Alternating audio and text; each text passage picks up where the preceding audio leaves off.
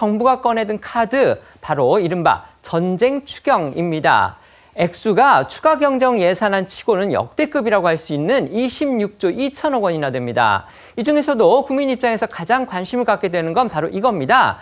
국민 3,577만 명에게 지급된다는 고유가 피해 지원금, 그러니까 일종의 민생 지원금인데요. 누가 얼마만큼을 언제 어떻게 받을 수 있는 건지 자세히 정리해드리겠습니다. 네, 이 정부는 4조 8천억 원을 투입해서 이 소득 하위 70% 이하인 국민 3,577만 명을 대상으로 이 피해 지원금을 지급합니다. 1인당 최소 10만 원에서 최대 60만 원의 지원금이 지급될 것으로 보이는데요. 먼저 이 지원금을 받게 될 소득 하위 70%를 좀 구체적으로 설명을 드리면, 통상 건강보험료 기준으로 해서 이 4인 가구 직장 가입자 기준 연소득 약 8천만 원에서 9천만 원 수준까지 이 범위 내에 포함이 될 수 있습니다. 이 보건복지부 고시에 따르면요, 2026년 기준 4인 가구 중위소득은 월 649만 원 수준입니다. 이를 기준으로 일반적인 추정을 적용할 경우에 이 월 수입 800에서 900만 원대, 그러니까 연 1억 원 수입 안팎의 가구가 이 지급 대상에 들어갈 수 있다는 해석이 나옵니다. 다만 소득 하위 70%는 가구원 수에 따라 달라질 수 있는데요. 월 소득을 기준으로 1인 가구는 385만 원, 2인 가구 630만 원, 3인 가구 800만 원대, 4인 가구는 약 970만 원 수준까지 포함될 것으로 보입니다. 소득과 함께 거주 지역에 따라서도 금액이 달라지는데요. 취약계층일수록 지방일수록 더 많이 받는 구조라고 보시면 됩니다. 소득 하위 70% 일반 가구의 경우 수도권은 1인당 10만 원, 비수도권은 15만 원을 받고 인구 감소 지역은 최대 25만 원까지 받을 수 있습니다. 차상위 계층과 한부모 가구는 이 수도권 기준 45만 원, 또 기초생활수급자는 55만 원으로 일반 가구보다 더 많은 금액이 지급되고요. 비수도권이나 인구 감소 지역은 역시 더 높은 금액을 받게 되는데요.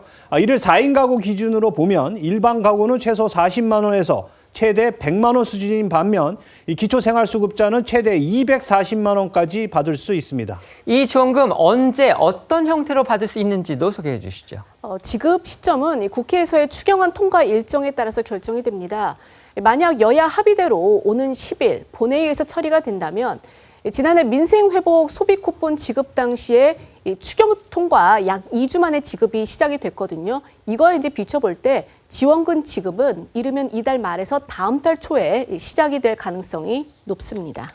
이번 고유가 피해 지원금은 코로나19 재난지원금, 민생회복 소비쿠폰 지급 때와 같이 지역화폐, 선불카드, 신용 체크카드 중 선택할 수 있게 될 가능성이 큽니다. 다만 지역 상권 활성화를 위해 사용처는 지역화폐 가맹점으로 한정했는데요.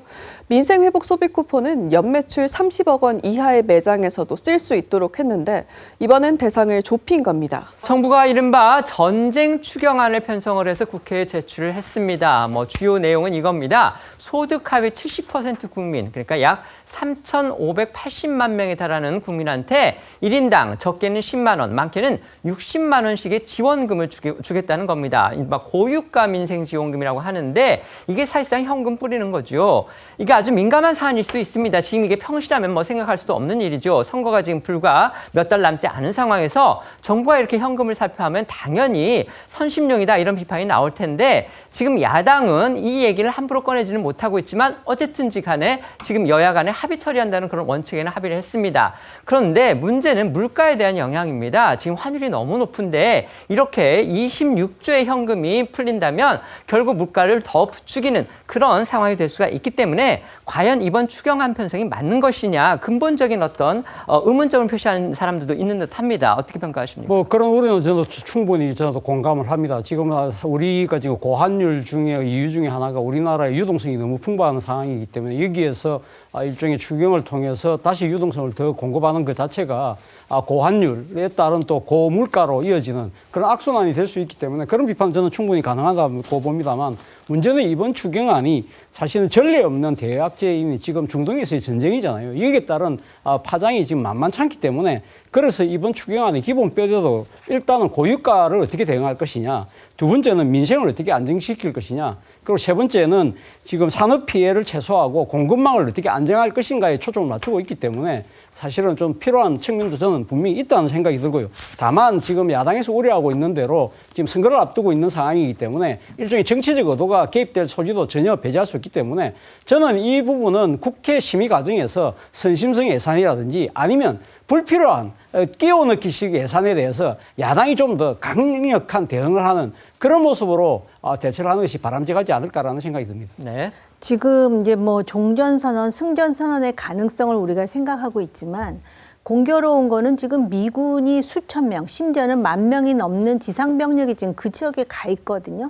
그렇기 때문에 이거를 지금 예단하기는 어렵고 전쟁의 장기화의 가능성에 대한 고려도 필요한데 네. 이렇게 지금 그 소위 승전 내지는 종전의 가능성을 가지고 지금 상당히 많은 액수의 추경을 지금 하겠다라는 거 아닙니까? 고유가 피해 지원금이라 그러는데 적어도 원유 수급에 차질이 있으면은 그 파장이 구체적으로 어떤 분야와 어떤 영역에서 나타날 것인지에 대한 계량화된 예상이 있어야 되는데 그 예상이 있는지 없는지는 모르겠는데 일단 국민들한테 그 소득 하위 70%까지 10만 원에서 60만 원까지 뿌린다는 거 아니겠습니까?